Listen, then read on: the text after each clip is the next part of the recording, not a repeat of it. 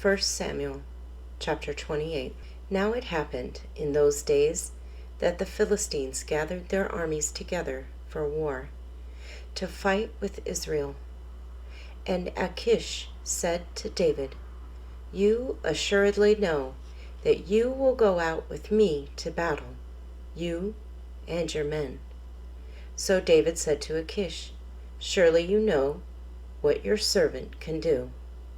And Achish said to David, "Therefore I will make you one of my chief guardians forever."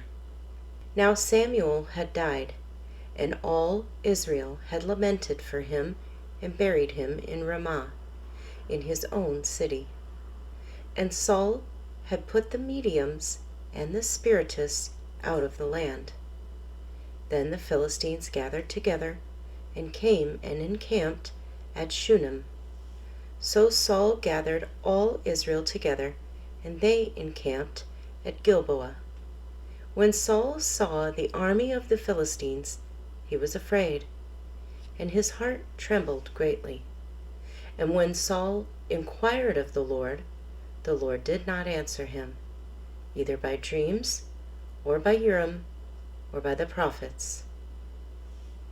Then Saul said to his servants, "Find me a woman who is a medium, that I may go to her and inquire of her." And his servants said to him, "In fact, there is a woman who is a medium at Endor." So Saul disguised himself and put on other clothes, and he went, and 2 men with him. And they came to the woman by night. And he said, "Please conduct a séance for me, and bring up for me the one I shall name to you." Then the woman said to him, "Look, you know what Saul has done, how he has cut off the mediums and the spiritists from the land. Why then do you lay a snare for my life, to cause me to die?" And Saul swore to her by the Lord, saying, "As the Lord lives, no punishment shall come upon you for this thing." Then the woman said, "Whom shall I bring up for you?"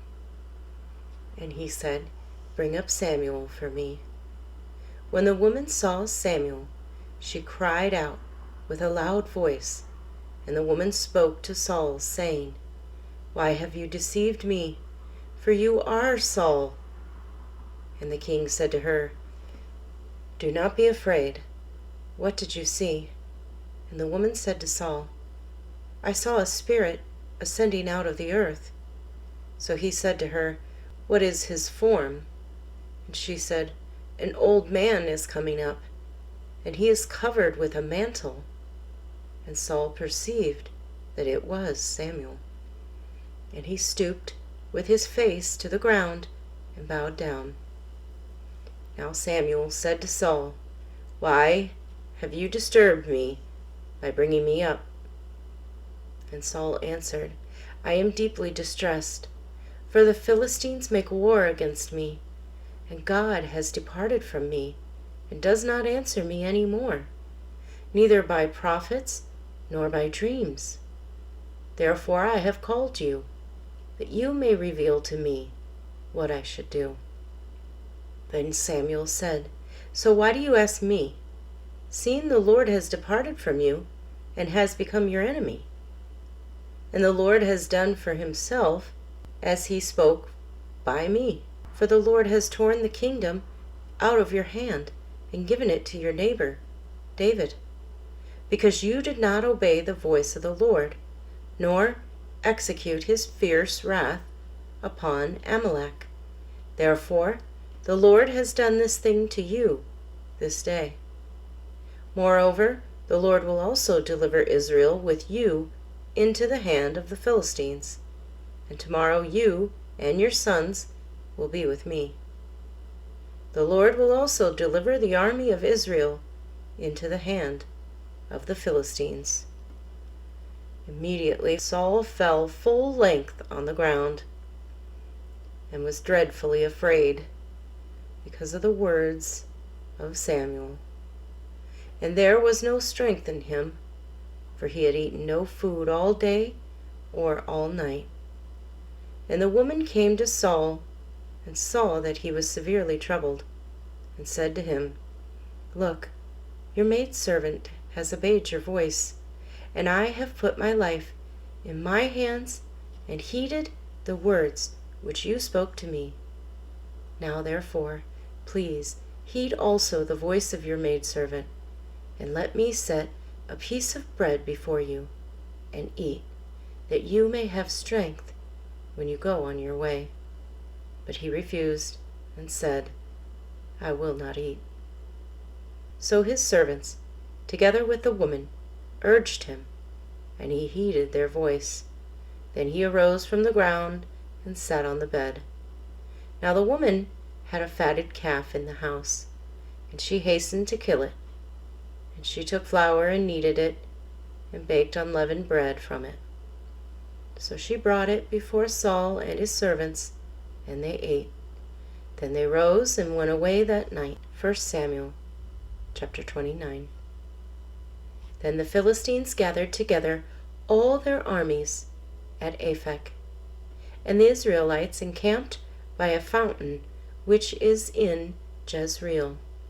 And the lords of the Philistines passed in review by hundreds and by thousands. But David and his men passed in review at the rear with Achish. Then the princes of the Philistines said, What are these Hebrews doing here? And Achish said to the princes of the Philistines, Is this not David, the servant of Saul, king of Israel, who has been with me these days, or these years? And to this day I have found no fault in him, since he defected to me. But the princes of the Philistines were angry with him. So the princes of the Philistines said to him, Make this fellow return, that he may go back to the place which you have appointed for him. And do not let him go down with us to battle, lest in the battle he become our adversary. For what could he reconcile himself to his master, if not with the heads of these men? Is this not David, of whom they sang to one another in dances, saying, Saul has slain his thousands, and David his 10,000s? Then Achish called David and said to him, Surely, as the Lord lives, you have been upright, and your going out and your coming in with me in this army is good in my sight. For to this day I have not found evil in you, since the day of your coming to me. Nevertheless, the lords do not favor you. Therefore return now and go in peace, that you may not displease the lords of the Philistines. So David said to Achish, But what have I done? And to this day what have you found in your servant, as long as I have been with you, that I may not go and fight against the enemies of my lord the king? Then Achish answered and said to David, I know that you are as good in my sight as an angel of God. Nevertheless, the princes of the Philistines have said, He shall not go up with us to the battle. Now therefore, rise early in the morning with your master's servants who have come with you. And as soon as you are up early in the morning and have light, depart. So David and his men rose early to depart in the morning, to return to the land of the Philistines. And the Philistines went up to Jezreel. 1 Samuel chapter 30. Now it happened, when David and his men came to Ziklag on the 3rd day, that the Amalekites had invaded the south of Ziklag, attacked Ziklag, and burned it with fire, and had taken captive the women and those who were there, from small to great. They did not kill anyone, but carried them away and went their way. So David and his men came to the city, and there it was, burned with fire, and their wives, their sons, and their daughters had been taken captive. Then David and the people who were with him lifted up their voices and wept until they had no more power to weep. And David's 2 wives, Ahinoam the Jezreelitess, and Abigail the widow of Nabal the Carmelite, had been taken captive. Now David was greatly distressed, for the people spoke of stoning him, because the soul of all the people was grieved, every man for his sons and his daughters. But David strengthened himself in the Lord his God. Then David said to Abiathar the priest, Ahimelech's son, "Please bring the ephod here to me." And Abiathar brought the ephod to David. So David inquired of the Lord, saying, "Shall I pursue this troop? Shall I overtake them?"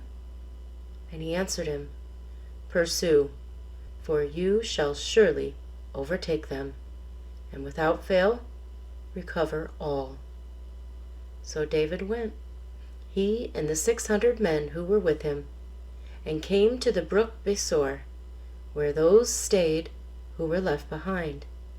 But David pursued, he and 400 men, for 200 stayed behind, who were so weary that they could not cross the brook Besor. Then they found an Egyptian in the field, and brought him to David. And they gave him bread, and he ate, and they let him drink water. And they gave him a piece of a cake of figs, and 2 clusters of raisins. So when he had eaten, his strength came back to him, for he had eaten no bread, nor drunk water for 3 days and 3 nights. Then David said to him, "To whom do you belong, and where are you from?" And he said, "I am a young man from Egypt, servant of an Amalekite, and my master left me behind, because 3 days ago I fell sick. We made an invasion of the southern area of the Cherethites, in the territory which belongs to Judah, and of the southern area of Caleb, and we burned Ziklag with fire." And David said to him, "Can you take me down to this troop?" So he said, "Swear to me by God that you will neither kill me nor deliver me into the hands of my master, and I will take you down to this troop."